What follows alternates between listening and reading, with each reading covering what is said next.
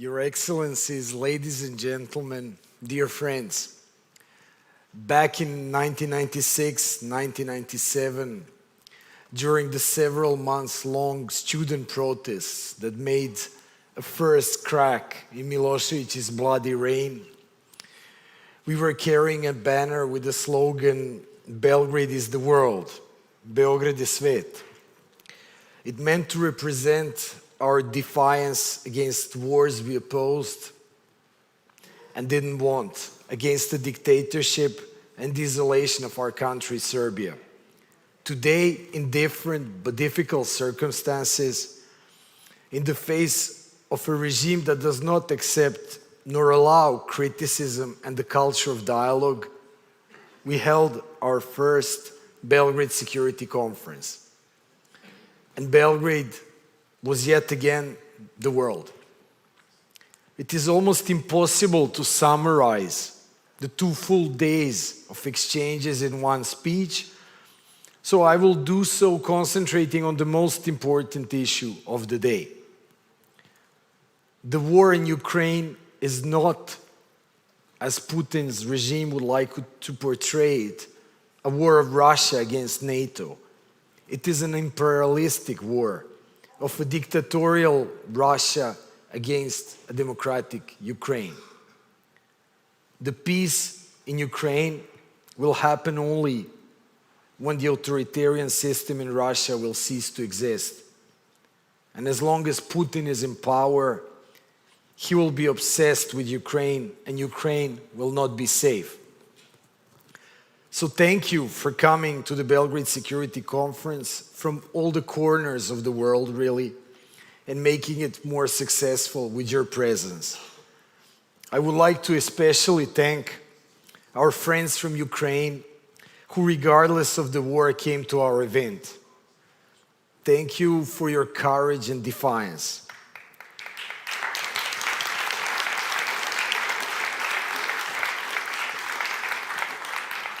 One day we shall be in the European Union together. I would also like to thank the free women and men of Russia and Belarus who, facing great danger back home, accepted to address the conference. Thank you for speaking truth to the world. Having the experience of late 1990s when we were founded, we in the Belgrade Center for Security Policy know how it is to be a few in a silent conformist sea.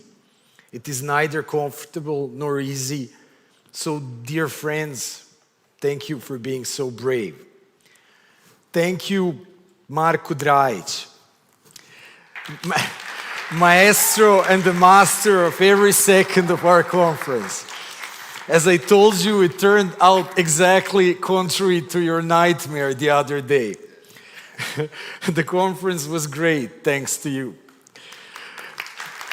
Thank you, Jelena Jovanovic, a tireless architect of everything, the master of ceremony and protocol. Thank you, Ivana Rankovic and Gorana, relentless colleagues and a true machine behind our conference. Thank you, Nemanja Štiplija Todorovic, the editor-in-chief of the European Western Balkans, our main media partner. Thank you, Amanda Coakley, our amazing master of ceremony. Thank you, Bojan Elik, our deputy director, and our team of researchers and other colleagues, Peđa, Dragana, Vuk, Maja, Jelena, Luka, Marija, Miloš, Srdjan, Reed, Magdalena, Aleksandar, Andrijana, Branimir, Igor, Filip, Frederik, Jovana, Milica, Sonja. Thank you, our partners from CRTA, the Lawyers Committee for Human Rights, UKOM, Centar za savremene politike, OSCE, and academic speakers at the academic parts of our conference. I would want to especially thank our donors from the Embassy of the Netherlands, DCAF, National Endowment for Democracy, Friedrich Ebert Foundation, Heinrich Böll Foundation, the European Union, and the Embassy of Sweden.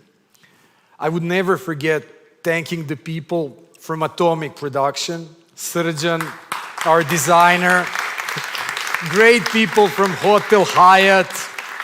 I would like to thank the members of our International Advisory Committee, to Professor Filipeidis, the President, and other members of our governing board, and our partners from Serbian and regional civil society organizations that came to Belgrade to our, I would like to say, joint PAN, Western Balkans Foreign and Security Policy Conference. And finally, a special thank you to our director, a person I'm proud to call my friend, Igor Bandovic. Thank you, Mourinho. So, I'm not telling you goodbye until the next conference in 2023. Together with our friends from the region, focusing on the topics of foreign and security policy, the role of third actors in the region of the Western Balkans, the Belgrade Security Conference, with partnership with other similar fora, and our friends in the Western Balkans will continue all year round.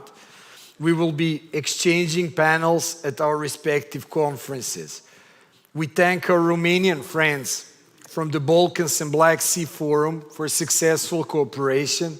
We shall continue doing so in future, also with our Slovakian, Polish, Latvian, German, French, and other friends. So this is not the end, but merely a beginning. With these words, I declare the first Belgrade Security Conference officially closed. Thank you.